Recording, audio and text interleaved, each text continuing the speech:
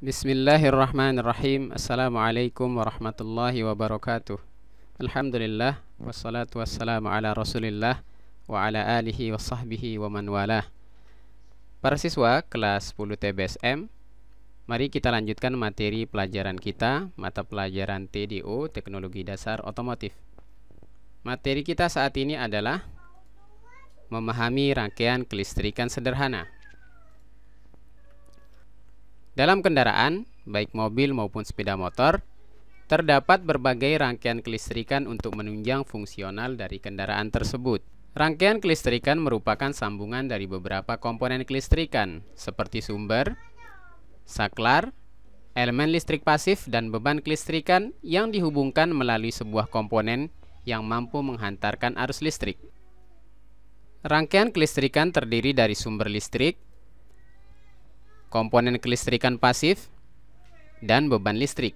Contoh sumber listrik pada sepeda motor misalnya generator atau alternator yang terdiri dari dua komponen, yaitu magnet dan kumparan atau spool. Contoh yang kedua adalah baterai. Adapun contoh kelistrikan pasif pada sepeda motor misalnya saklar klakson, saklar lampu, saklar starter, sekring, dan lain-lain.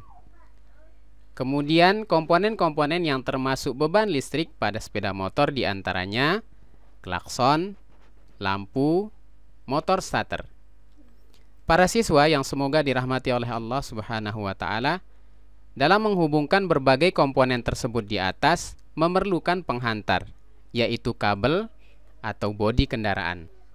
Kemudian ketika semua komponen tersebut dijadikan satu, maka terbentuk rangkaian kelistrikan yang mampu mengalirkan arus listrik sehingga beban akan dapat bekerja.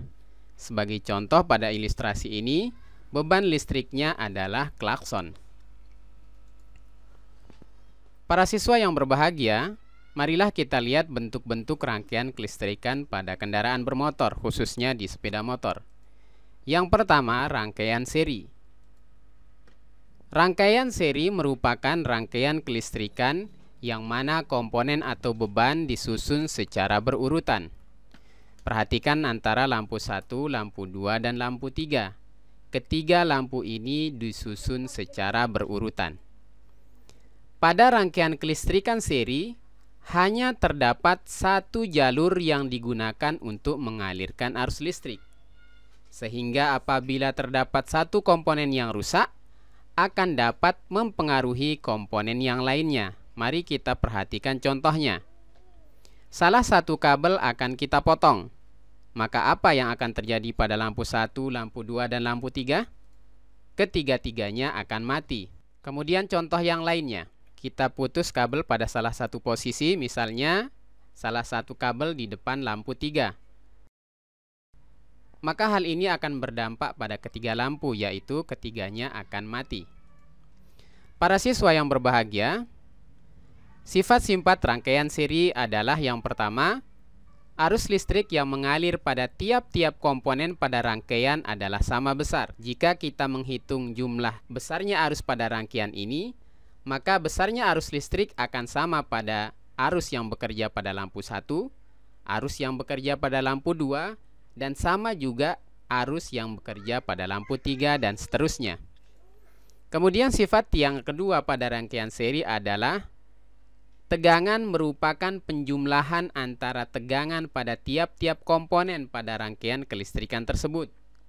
Jadi, kalau kita mengukur total tegangan pada rangkaian ini, maka kita harus menjumlahkan besarnya tegangan pada lampu 1, lampu 2, dan lampu 3. Sehingga kita akan mendapatkan tegangan total pada rangkaian ini. Kemudian sifat-sifat rangkaian seri yang ketiga adalah tahanan total merupakan penjumlahan tahanan pada tiap-tiap komponen pada rangkaian kelistrikan tersebut. Sifat tegangan dan tahanan pada rangkaian ini adalah sama. Selanjutnya para siswa rahimakumullah, contoh rangkaian seri pada sepeda motor misalnya pada rangkaian sistem klakson. Komponennya antara lain ada baterai, sekring, kunci kontak, tombol klakson, dan klakson sendiri. Kesemua komponen pada rangkaian sistem klakson ini dirangkai secara berurutan. Kemudian jenis rangkaian yang kedua adalah rangkaian paralel.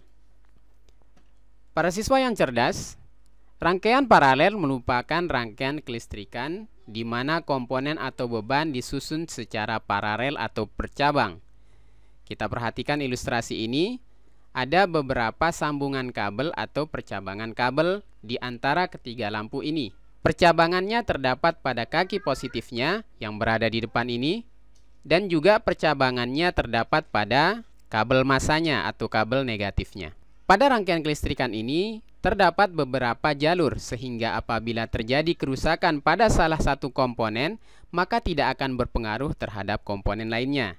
Misalnya, sumber listrik lampu 1 kita putus, maka yang akan mengalami mati hanya pada lampu 1 saja. Adapun lampu 2 dan lampu 3 tetap menyala. Kemudian coba kita lakukan eksperimen selanjutnya. Kita putus aliran listrik pada lampu 2, maka lampu yang akan mengalami mati hanya lampu 2 saja. Adapun lampu 1 dan lampu 3 tetap akan menyala. Kemudian para siswa yang berbahagia, mari kita lihat sifat-sifat rangkaian paralel. Yang pertama, besar arus listrik yang mengalir pada tiap komponen berbeda-beda tergantung besarnya tahanan yang dilalui. Atau kita katakan besar arus yang mengalir pada tiap komponen berbeda-beda tergantung dari tahanan yang terdapat pada komponen tersebut. Sehingga arus totalnya merupakan penjumlahan arus yang mengalir pada tiap-tiap beban. Kemudian, tegangan yang mengalir pada tiap-tiap cabang sama seperti tegangan sumber, di mana tegangan total sama dengan tegangan yang terjadi pada lampu 1, sama juga dengan tegangan pada lampu 2, dan sama juga pada tegangan lampu 3, dan seterusnya. Kemudian yang terakhir, tahanan total merupakan jumlah kebalikan dari semua tahanan pada masing-masing cabang. Para siswa, marilah kita lihat contoh rangkaian paralel pada sepeda motor. Salah satu contoh aplikasi rangkaian paralel pada sepeda motor adalah pada sistem lampu tanda belok, di mana terdapat percabangan atau terdapat rangkaian paralel antara lampu depan dan lampu belakang. Selanjutnya yang terakhir para siswa yang berbahagia, rangkaian gabungan atau campuran. Dikatakan rangkaian gabungan dan campuran karena rangkaian ini terdiri dari rangkaian seri dan rangkaian paralel. Pada contoh ilustrasi ini, kita dapatkan rangkaian seri terdapat pada lampu 1 dan lampu 2, adapun rangkaian paralel terdapat pada rangkaian lampu 2 dan lampu 3. Sehingga sifat-sifat rangkaian ini merupakan gabungan dari kedua sifat dari rangkaian seri dan rangkaian paralel. Nah, para siswa sekalian, demikianlah materi kita untuk video kali ini. Terima kasih banyak. Selamat belajar dan barakallahu fikum. Serta kalau ada pertanyaan berkaitan dengan materi, silahkan tulis komentar pada channel YouTube ini atau bisa kita diskusikan di grup WA kelas TDU. Wassalamualaikum warahmatullahi wabarakatuh.